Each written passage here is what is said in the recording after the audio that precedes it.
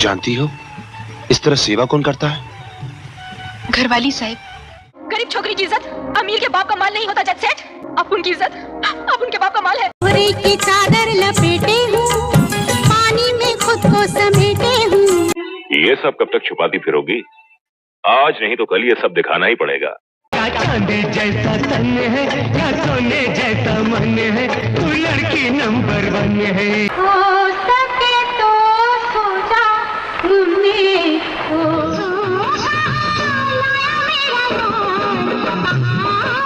दोस्तों, क्या आप जानते हैं कि 70 और 80 के दशक की ब्लॉकबस्टर फिल्म राम तेरी गंगा मैली की पहली पसंद मंदाकिनी नहीं थी? की चादर लपेटे हूँ, पानी में खुद। जी हाँ दोस्तों, राज कपूर पहले ये रोल हेमा मालिनी या पद्मिनी कोल्हापुरे जैसी दिग्गज अभिनेत्रियों को देना चाहते थे। लेकिन आखिर ऐसा क्या हुआ कि ड्रीम गर्ल हेमा मालिनी और टैलेंटेड पद्मिनी कोल्हापुरे ने इस आइकॉनिक फिल्म को करने से साफ मना कर दिया? जब मंदाकिनी ने इस फिल्म में काम किया तब उनकी उम्र कितनी थी और कैसे एक अनजान लड़की रातों रात पूरे देश की धड़कन बन गई? ये फिल्म सुपरहिट रही, लेकिन आखिर क्यों इसे आज भी हीरो राजीव कपूर के नाम से नहीं जाना जाता? ऐसा क्या विवाद हुआ था कि राजीव कपूर अपने ही पिता शोमैन राज कपूर से नाराज हो गए थे? फिल्म राम तेरी गंगा मैली के बाद मंदाकिनी ने मिथुन दा और गोविंदा के साथ भी कई सुपरहिट फिल्मों में काम किया, लेकिन फिर ऐसा क्या काला साया पड़ा कि ये खूबसूरत अभिनेत्री सिर्फ एक सुपर फ्लॉप एक्ट्रेस बनकर रह गई? तो आप उनकी इज्जत का मालिक है, मेरा बिल्लू, वो मेरा बिल्लू। आखिर क्यों इन्हें अपनी जान बचाकर फिल्मी दुनिया को छोड़कर भागना पड़ा? आप मेरे साथ इतना बड़ा अन्याय नहीं कर सकते। अगर अन्याय बर्दाश्त नहीं होता ना तो जाओ आत्महत्या कर लो। दोस्तों, आज के इस वीडियो में हम मंदाकिनी के फर्श से अर्श तक पहुंचने और फिर गुमनामी के अंधेरे में खो जाने की पूरी और सच्ची कहानी से पर्दा उठाएंगे और साथ ही जानेंगे कि फिल्म में कई बोल्ड सीन होने के बाद भी सेंसर बोर्ड ने इस फिल्म को बैन क्यों नहीं किया। बस आप वीडियो को एंड तक जरूर देखिएगा, क्योंकि सच्चाई आपको हैरान कर देगी। अपनी माँ का दूध पीते भी आपने ऐसा ही सोचा था? दोस्तों, बॉलीवुड के इतिहास में 80 का दशक एक ऐसा मोड़ था जहां मसाला फिल्मों के बीच शोमैन राज कपूर एक ऐसी फिल्म की परिकल्पना कर रहे थे जो समाज की गंदगी को धो सके। राज कपूर एक ऐसा चेहरा ढूंढ रहे थे जो पवित्रता, मासूमियत और सादगी का संगम हो।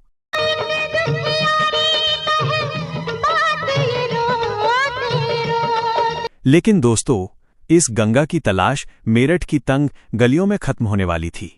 ये किसी ने नहीं सोचा था। राम तेरी गंगा मैली हो गई। दोस्तों, कहानी शुरू होती है 30 जुलाई 1963 को उत्तर प्रदेश के मेरठ से।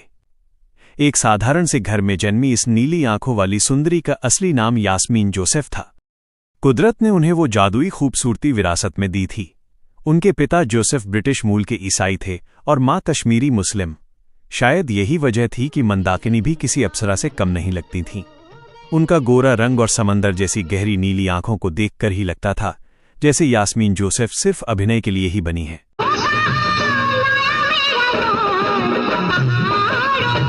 लेकिन क्या आप जानते हैं, मेरठ की इस यास्मीन को यास्मीन से राज कपूर की मंदाकिनी बनने के पीछे का किस्सा भी किसी फिल्मी स्क्रिप्ट से कम नहीं है। मगर रुकिए, राज कपूर की पहली पसंद मंदाकिनी कभी नहीं थी, तो फिर वो कौन सी टॉप एक्ट्रेस थी जिसने इस रोल के लिए हाँ कहकर भी एंड मौके पर हाथ पीछे खींच लिए? दरअसल दोस्तों, राज कपूर पहले इस रोल के लिए किसी बड़ी स्टार को लेना चाहते थे और उनकी पहली पसंद थी पद्मिनी कोल्हापुरे, जिन्होंने सत्यम शिवम सुंदरम में अपनी अदाकारी का लोहा मनवाया था। जब राज कपूर जी ने उन्हें रोल ऑफर किया, फिल्म की चर्चा हुई, लेकिन जैसे ही पद्मिनी कोल्हापुरे ने स्क्रिप्ट के बोल्ड सीन्स के बारे में सुना, उनकी रूह कांप गई।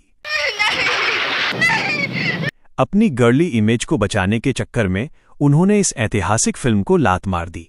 लेकिन दोस्तों, किस्सा यहीं खत्म नहीं होता, क्योंकि इसके बाद राज कपूर पहुंचे उस दौर की सबसे बड़ी सुपरस्टार हेमा मालिनी के पास।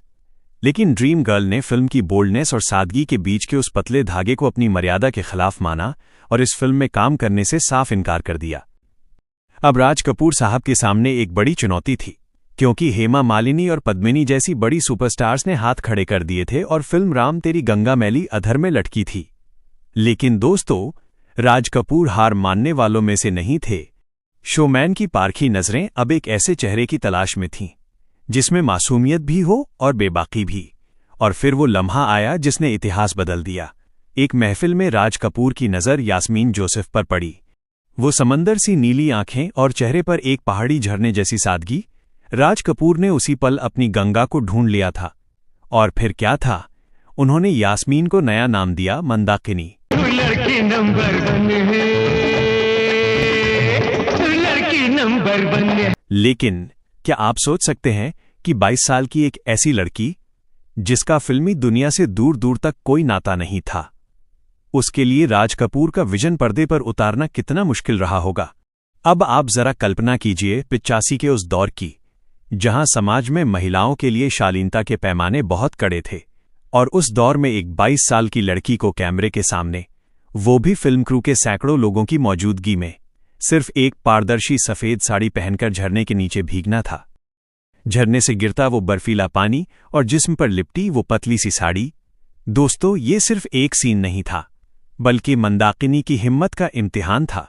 उस सीन में जो बेबाकी मंदाकिनी ने दिखाई, उसने पूरे देश में तहलका मचा दिया। को समेटे हूँ, कोहरे की चादर लपेटे हूँ, पानी में। लेकिन दोस्तों, असली धमाका तो अभी बाकी था, क्योंकि झरने वाला सीन तो फिर भी लोग पचा गए थे। लेकिन फिल्म के एक और सीन ने उस वक्त के सेंसर बोर्ड और भारतीय दर्शकों के होश उड़ा दिए थे। एक ऐसा सीन जिसे आज भी बॉलीवुड के सबसे साहसी और विवादित दृश्यों में गिना जाता है। राज कपूर फिल्म में पवित्रता और ममता को दिखाना चाहते थे, और इसी विजन को पूरा करने के लिए उन्होंने मंदाकिनी से एक ऐसा शॉट मांगा जिसकी किसी ने भी कल्पना नहीं की थी। और वो सीन था बच्चे को स्तनपान यानी ब्रेस्ट फीडिंग कराते हुए सीन। आज के दौर में शायद ये सामान्य लगे, लेकिन 80 के दशक में एक मुख्यधारा की अभिनेत्री का पर्दे पर इस तरह का सीन देना किसी सुनामी से कम नहीं था। लोग दंग थे कि एक नई अभिनेत्री ने इतनी हिम्मत कैसे दिखाई। क्या ये सिर्फ राज कपूर का दबाव था, या मंदाकिनी की अपनी कला के प्रति अटूट निष्ठा? और दोस्तों, जब साल 1985 में फिल्म राम तेरी गंगा मैली बड़े पर्दे पर आई, तो इसने बॉक्स ऑफिस के सारे रिकॉर्ड ध्वस्त कर दिए। ये उस साल की सबसे ज्यादा कमाई करने वाली फिल्म बनी और मंदाकिनी रातों रात एक ग्लोबल स्टार बन गई। मुर्गा तो अब बांग देगा। फिल्म की सफलता के साथ साथ एक बहुत बड़ा विवाद भी खड़ा हुआ। फिल्म में मंदाकिनी के इन्हीं 2 सीन की वजह से पूरे देश में बहस छिड़ गई। एक झरने के नीचे पारदर्शी सफेद साड़ी वाला सीन, और दूसरा अपने बच्चे को स्तनपान ब्रेस्ट फीडिंग कराने वाला सीन। अब सवाल ये उठता है कि उस दौर में जब सेंसर बोर्ड बहुत सख्त हुआ करता था, उसने इस फिल्म पर बैन क्यों नहीं लगाया? दोस्तों, इसके पीछे की वजह राज कपूर का तर्क और उनकी कलात्मक विजन था। जब सेंसर बोर्ड ने इन दृश्यों पर आपत्ति जताई, तो राज कपूर ने बड़ी मजबूती से अपना पक्ष रखा। उन्होंने दलील दी कि एक माँ को अपने बच्चे को दूध पिलाना अश्लीलता नहीं, अपनी माँ का दूध पीते भी आपने ऐसा ही सोचा था, बल्कि ममता का सबसे पवित्र रूप है। झरने वाले सीन को लेकर उन्होंने कहा कि यह दृश्य एक पहाड़ी लड़की की शुद्धता और उसकी प्राकृतिक सुंदरता को दर्शाता है, जिसे गलत नजरिए से नहीं देखा जाना चाहिए।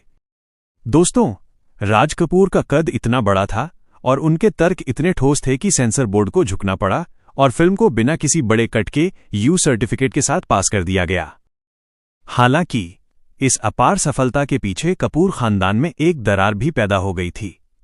फिल्म के मुख्य अभिनेता और राज कपूर के बेटे राजीव कपूर को इस बात का गहरा मलाल रहा कि फिल्म की सारी लाइमलाइट मंदाकिनी लूट के ले गईं।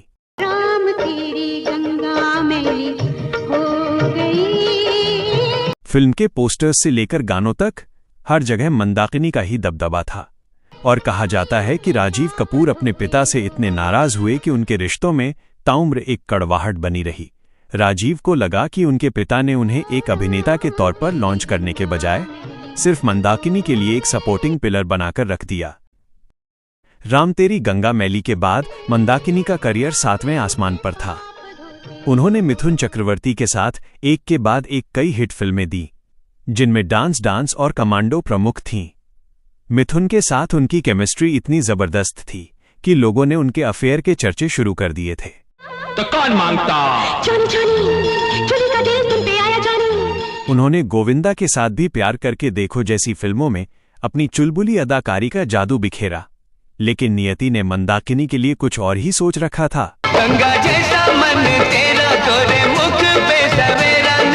साल 1994 में शारजाह के क्रिकेट स्टेडियम से दाऊद इब्राहिम के साथ उनकी एक फोटो क्या वायरल हुई।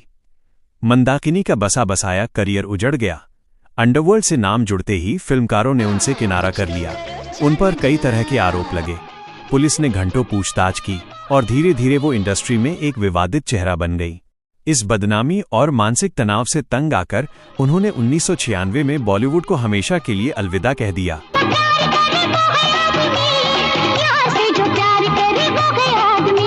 फिल्मों से दूर होकर उन्होंने एक पूर्व बौद्ध भिक्षु डॉक्टर काग्योटी रिनपोचे ठाकुर से शादी की। उनके जीवन में एक बड़ा दुखांत तब आया जब उनके बेटे रब्बील की एक सड़क हादसे में मौत हो गई। आज मंदाकिनी अपनी बेटी इनाया और पति के साथ मुंबई में एक गुमनाम लेकिन सुकून भरी जिंदगी जी रही हैं। वो अब तिब्बती योग सिखाती हैं और लोगों को आध्यात्म की राह दिखाती हैं। उनकी ये कहानी शोहरत की बुलंदियों से लेकर विवादों की गहराइयों तक की एक ऐसी दास्तां है जिसे बॉलीवुड कभी नहीं भूल पाएगा। तो दोस्तों, एक लड़की जिसने अपनी खूबसूरती और मासूमियत से दुनिया जीती और फिर उसी दुनिया ने उसे सवालों के घेरे में खड़ा कर दिया। शोहरत मिली तो आसमान छू लिया और जब गिरी तो इतनी खामोशी से कि लोग आज भी उसकी सच्चाई तलाश रहे हैं। लेकिन अब फैसला आपका है। क्या आपको लगता है कि उस दौर में सफेद साड़ी में झरने के नीचे ऐसा सीन करना सही था, जब समाज में महिलाएं पर्दे में रहना ही अपनी इज्जत मानती थीं? या फिर ये सिर्फ एक कला थी जिसे लोगों ने गलत नजरिए से देखा?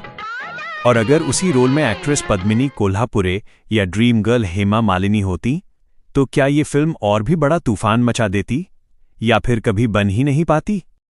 अब जरा दिल से जवाब दीजिए और इस फिल्म का कौन सा गाना आज भी आपको अंदर तक छू जाता है? राम तेरी गंगा मैली का टाइटल ट्रैक। राम तेरी गंगा मैली हो गई, हुस्न पहाड़ों का। साहिबा हुस्न पहाड़ों का। सुन साहिबा सुन, या फिर कोई और? मैंने तुझे चुन लिया, तू भी मुझे चुन। अपनी राय खुलकर कमेंट में लिखिए, क्योंकि आज का सबसे दिलचस्प कमेंट हम अगली वीडियो में फीचर करेंगे। और हाँ दोस्तों, अगली वीडियो आप किस अभिनेत्री की सच्ची कहानी पर देखना चाहते हैं ये भी जरूर बताइए, क्योंकि अगली कहानी आपकी पसंद से ही तय होगी। और अगर इस वीडियो ने आपको थोड़ा भी सोचने पर मजबूर किया है तो बस एक लाइक कर दीजिए और ऐसी ही अनसुनी, अनकही और चौंका देने वाली सच्ची कहानियों के लिए चैनल को सब्सक्राइब करके बेल आइकन जरूर दबाएं, क्योंकि अगली कहानी शायद आपको और भी ज्यादा सोचने पर मजबूर कर दे। तो दोस्तों, मिलते हैं अगली वीडियो में। तब तक के लिए जय हिंद, जय भारत।